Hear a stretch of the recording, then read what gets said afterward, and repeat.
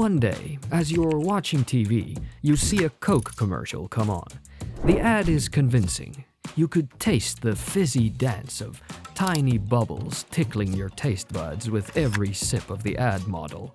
The visuals are irresistible. Through the TV screen, you could feel the soda delight your senses, leaving you craving for a sip. So you stand up and start walking to your favorite store. But as you take out the money from your wallet, your clumsy hands fumble with the bills, and a gust of wind catches them, causing them to flutter out of your grasp. They spiral through the air, and before you can react, a small, unexpected hole in the floor draws your attention. The bills land in the hole, vanishing into the dark, narrow gap below the ground. You were left so disappointed that you walked back home, $25 poorer, with no Coke in hand. As you slump into your sofa, your mind starts to wander. Money, money, money. How could a simple piece of paper hold that much meaning? As you sit, questions continue to swirl in your head. Why does money exist? Where did the idea come from? And how is it created? You've seen those crisp, fresh banknotes and probably wondered about their origins. The process of making these is complicated, as expected. There are 65 intricate steps needed for one single dollar. But don't worry, we'll simplify the lengthy process for you now. The US entrusts all the manufacturing of the national currency with the Bureau of Engraving and Printing, so we'll naturally expect it to be a very busy place. All US dollars are printed by the BEP facilities in Washington, D.C. and in Fort Worth, Texas. Basically, it all starts with the design team. They sketch out ideas. They begin by conducting research to understand the historical and cultural elements that should be incorporated. This includes studying historical figures, national symbols, and security features. And then they start brainstorming.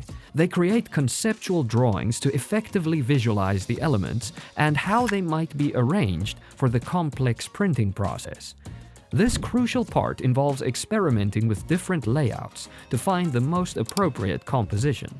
After this step, they refine their sketches to integrate other additional elements, such as portraits, vignettes, and ornamental features, ensuring that each part aligns with the bill's function.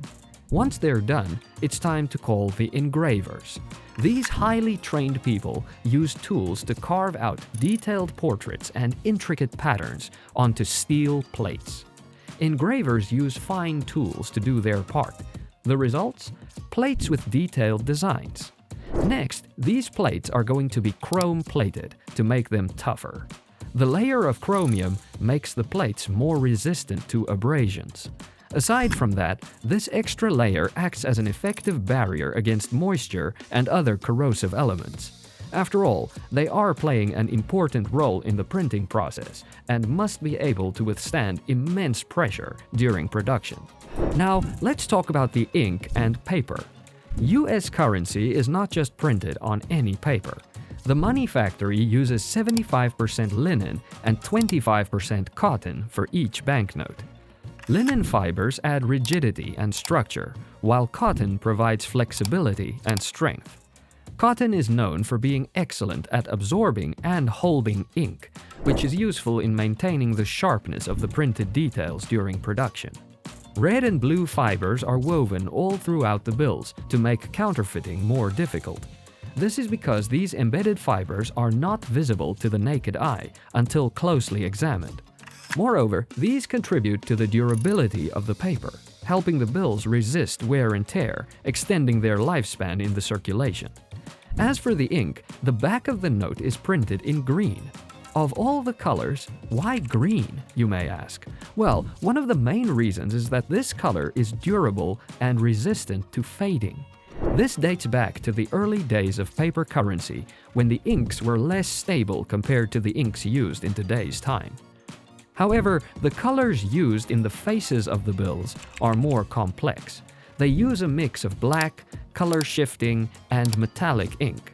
The color-shifting aspect is probably confusing you, but it's not rocket science. The ink is simply designed to shift colors when viewed from different angles. This fancy ink is incredibly hard to replicate, making it another smart security feature to protect the currency against counterfeiters. Next, it's time for the fun part: printing. The first step is called the offset printing, where the banknotes get their colors. For all US banknotes except the $1 and $2 bills, this step involves applying detailed background images and unique colors onto blank sheets of currency. The designs and hues are intricately blended together to generate the vibrant and complex backgrounds you see on the bills. This is done with the help of extra-large machines.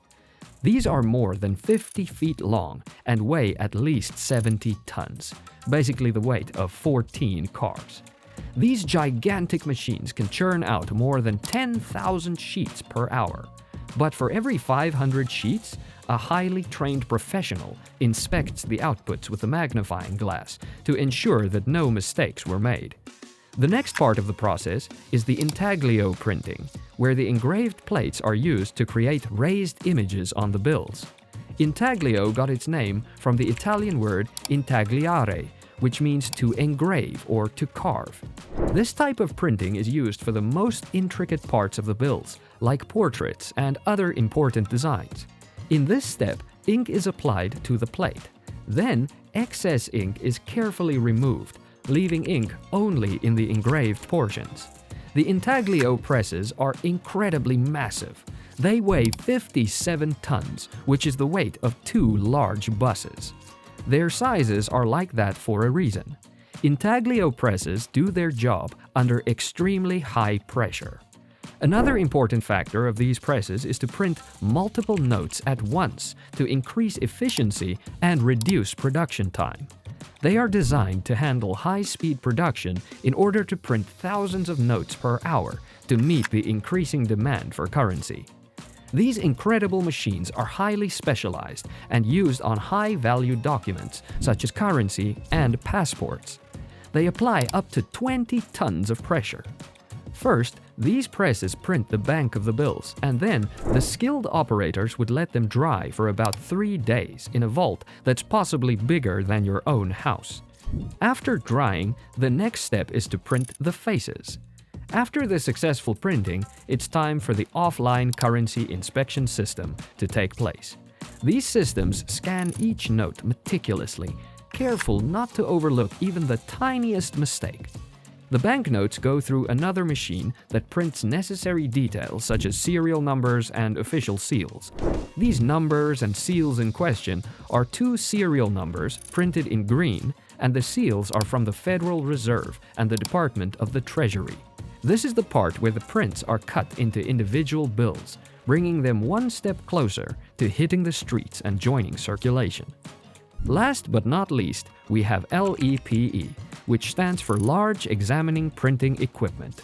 This enormous machine combines multiple processes into one: printing, examining, and packaging. After cutting, the bills are grouped into bundles, which are then prepared for shipment.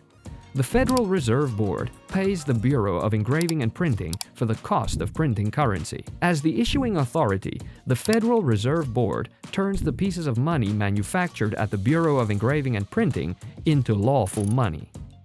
If they are genuine and still in good condition, the notes are sent to depository institutions to fill new orders for currency. So there you have it, the journey of the dollar bill that you use every day. If you enjoyed this informative video, check out the other videos on the channel.